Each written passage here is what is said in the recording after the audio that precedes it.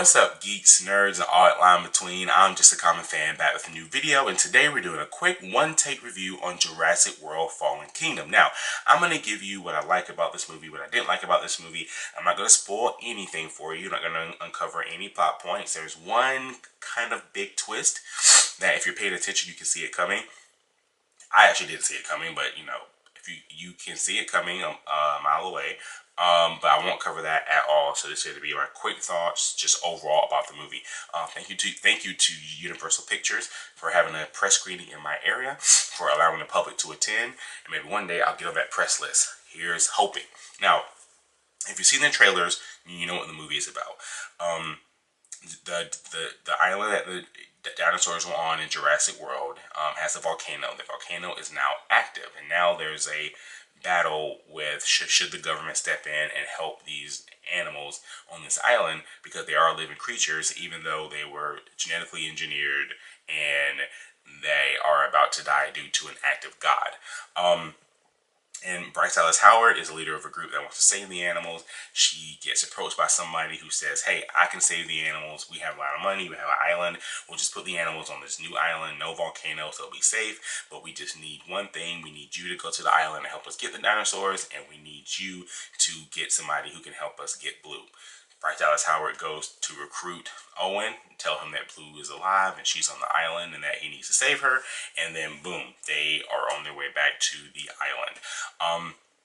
If you're thinking this movie is going to be on the island for most of the movie, or even have dinosaurs rampaging around a city for most of the movie, it's neither of those things. They're on the island for just enough time for them to gather up dinosaurs and for, you know, stuff to happen. And I won't spoil it for you, but some cool stuff does happen on the island, and then they make their way back here. And it's also covered in the trailer on why the dinosaurs are making their way to our continent, our country, but I won't spoil that for you. If you haven't picked that up from the trailers, I'm not going to spoil that for you. This movie really kind of frustrated me. I think that I'm also going to tell you, right, if you should see it in IMAX, normal theater, or if you should wait for streaming. And I definitely think that if you are, even though the movie frustrated me, if you are a fan of Jurassic World, if you love dinosaur movies, if your kids love Jurassic World, if you want to take them to see here and you haven't spent all your money yet on the Avengers or the Incredibles or Deadpool 2, then you should definitely check out this movie, and definitely check it out in IMAX. This is a movie you want to see in IMAX. Maybe I would have enjoyed it more if it was in IMAX, because I definitely enjoyed the first one. So definitely go see it in IMAX. You know, pay the extra money. It'll be worth it. Just get one large popcorn and share it between the family. But definitely see it in IMAX. But if you're not really into these movies, if you're saving your money for like Teen Titans Go to the Movies, or Mission Impossible 6, or, you know, any other movies that are still coming out this summer, just wait till it's on Redbox. Don't watch it on streaming. Don't pay that much money for this, because you won't get the same experience at home. So definitely check it out on Redbox if you're going to wait until it comes home on video. Now, I was frustrated with this movie because the character motivations really frustrated me. The common sense level in this movie, excuse me, told you, one take video. The common sense level in this movie is dialed way down. Like, there's some stuff in this movie. I mean, I'm not gonna go into detail. But let's just say there's one scene in this movie. This will sum up the common sense quotient of this movie. There's one scene where two characters are trying to get out of a locked room, and of course there's a dinosaur approaching, right? They're trying to get out of the locked room. You know, a bunch of stuff is happening, and then the way they get out of the room was literally directly behind them the entire time. Directly behind them the entire time. They're trying to do all this stuff and unlock all these doors and stuff like that, and the exit is directly behind them the entire time. And it's not like a funny thing. Like, they don't even make a comment on it to make it funny, to make it look like, oh, we were stupid for not seeing this exit. They're just like, oh my gosh, how amazing that this exit somehow appeared that we never saw before, and it was there the entire time. So that's the common sense level that we're working with this movie. The acting is okay. Chris Pratt does an okay job. I do think he was better than the first one. I feel like Bryce Dallas Howard was alright, but in a lot of scenes I feel like she really overacted. There's a bunch of stuff I'll talk about in the spoiler review, but there are some scenes where I was like, whoa, Bryce Dallas Howard, like, dial it back. The black kid that you see in the trailer who does that girlish scream, if you thought he was going to be annoying, yep, He's nothing but the token black character, nothing but comic relief. And like I said, if you thought that he was going to be annoying in that trailer, just dial that up to 10 because he is super annoying in this movie.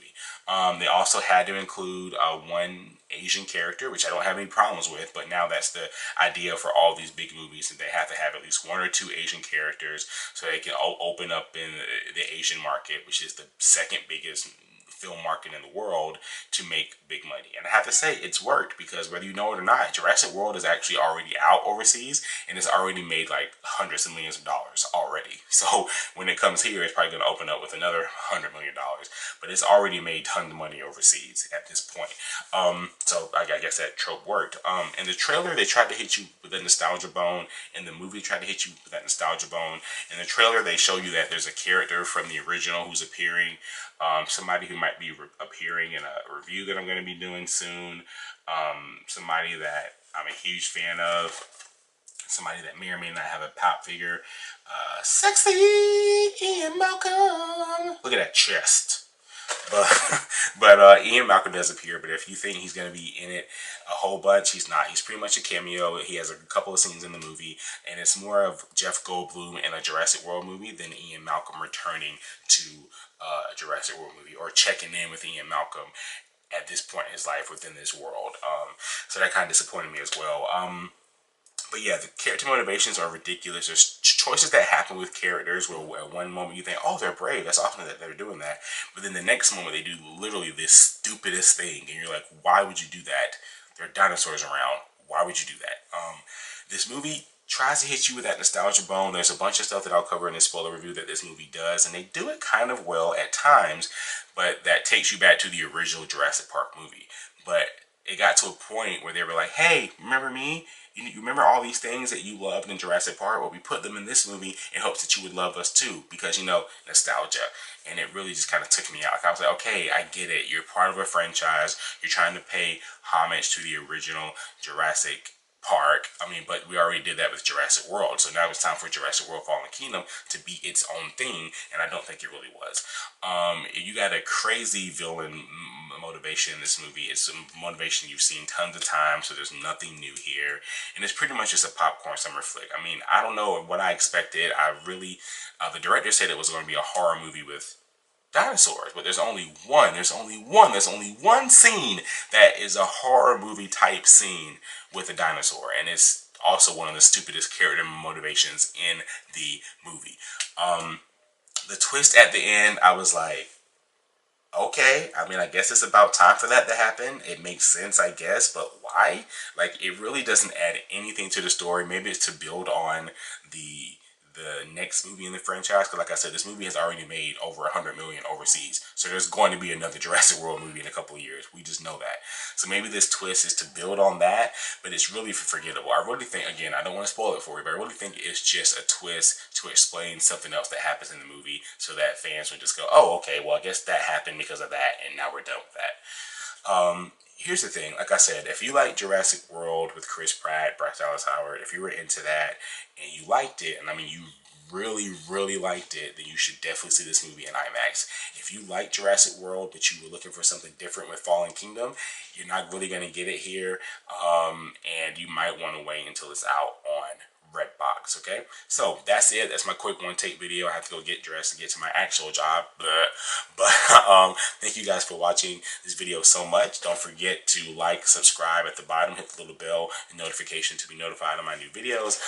This guy review coming soon, along with another pop that I have. If you don't follow me on Instagram, please do. Instagram, JustACommonFan. I happen to pick up 2 Target exclusive pops, one of which I was looking for a long time, and I just happened to walk into my Target one day and they were there. So that kind of stuff pops up on my Instagram, and it kind of gives you previews of what we're going to be covering in the YouTube video. So once again, thank you for watching. I thought this movie was just okay, but hey, what do I know? I'm just a common fan.